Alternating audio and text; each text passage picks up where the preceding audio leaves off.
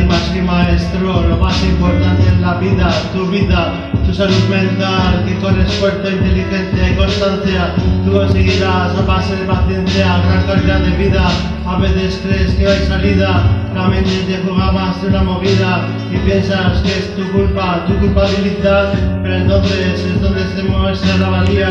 En picardía hay gente, tu gente con mucha sabiduría. Piensa a cuánta gente le darías más una alegría.